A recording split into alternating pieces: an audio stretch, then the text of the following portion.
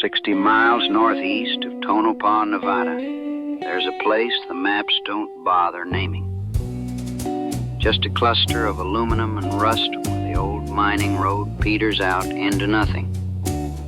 The locals in town, when they mention it at all, call it Radio Flats. Fella at the gas station warned me not to drink the water out there. Said it tastes like copper pennies, makes you hear things that aren't there. Or maybe things that are. They say there's a man out there who listens to the stars, or maybe it's the other way around. His name is Eugene Kellerman, and he used to work for the government.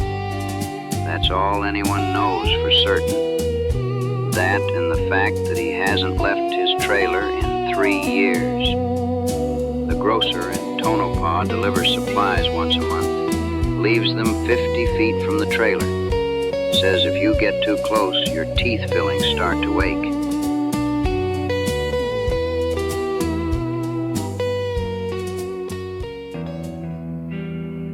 Radio Flats. 3 trailers been abandoned so long they're half buried in sand. And then there's Eugene's.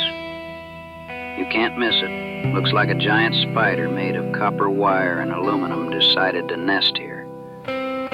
Jesus Christ, look at all this.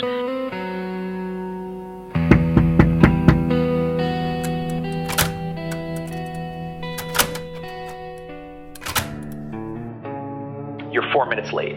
I heard your car at 2:17. It's 2:21 now. That's 240 seconds, 240. That's divisible by 7.83. Everything is. Mr. Kellerman, I'm James Mitchell, a documentarian. We spoke on... Telephone, yes. Don't trust telephones. The wire carries more than voice. Voice. Come in, quickly. The afternoon frequencies are about to start. Don't touch anything. The calibration took me 18 months. 18 months. 15,552 hours. What is all this equipment for? Listening, recording, translating.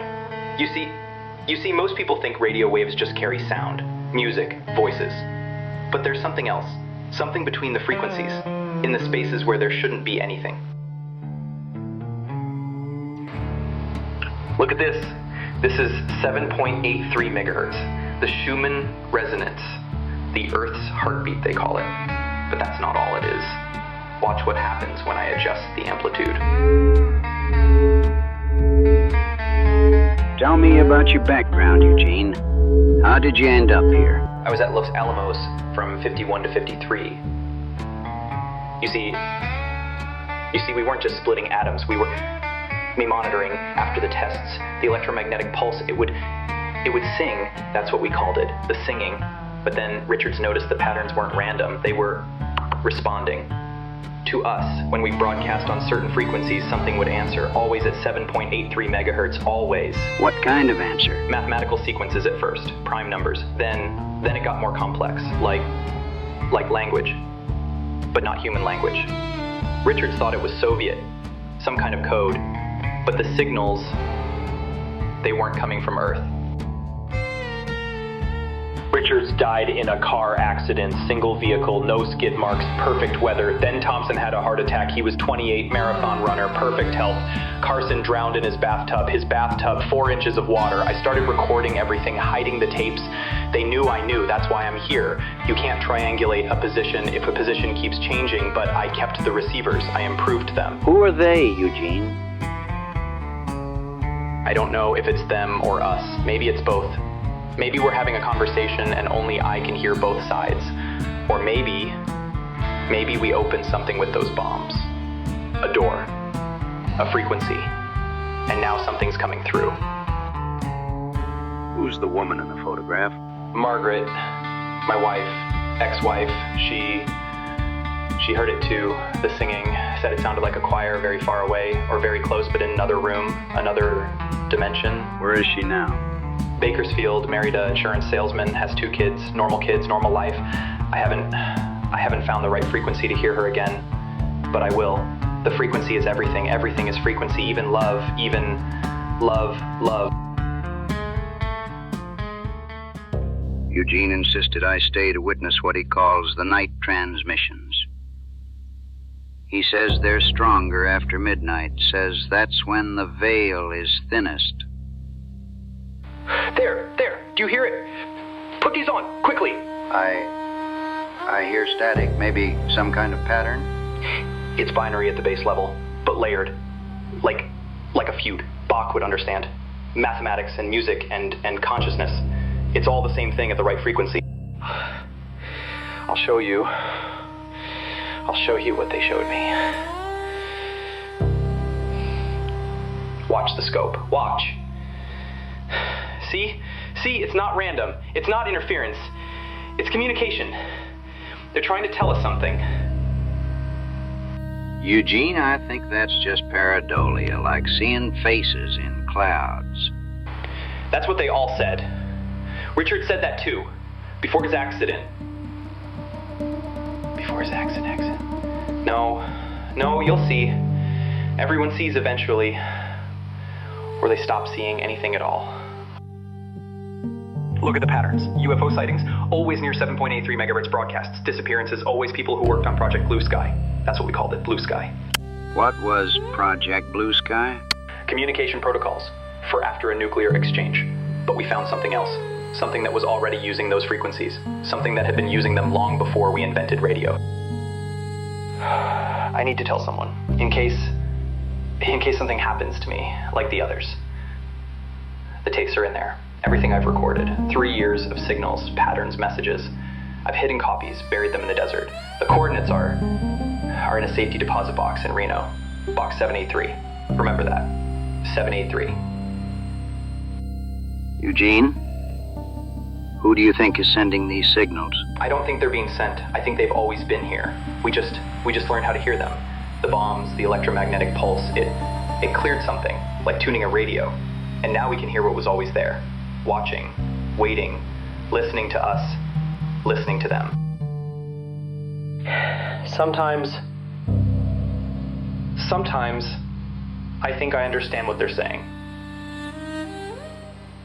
Not in words, in feelings, images. They're lonely. They've been lonely for so long. Longer than our species has existed.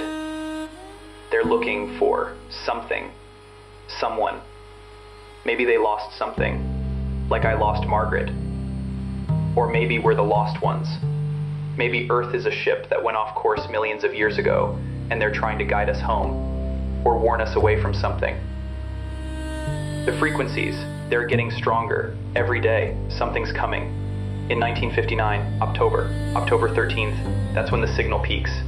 That's when something happens.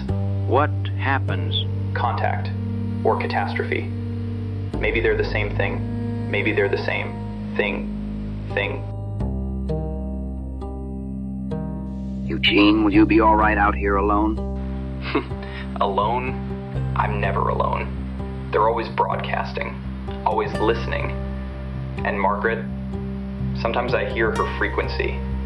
Not her voice, but her essence. 3.7 megahertz. That's love. 3.7. Take this. But only listen at 3:33 a.m. That's when the interference is lowest. That's when you might understand.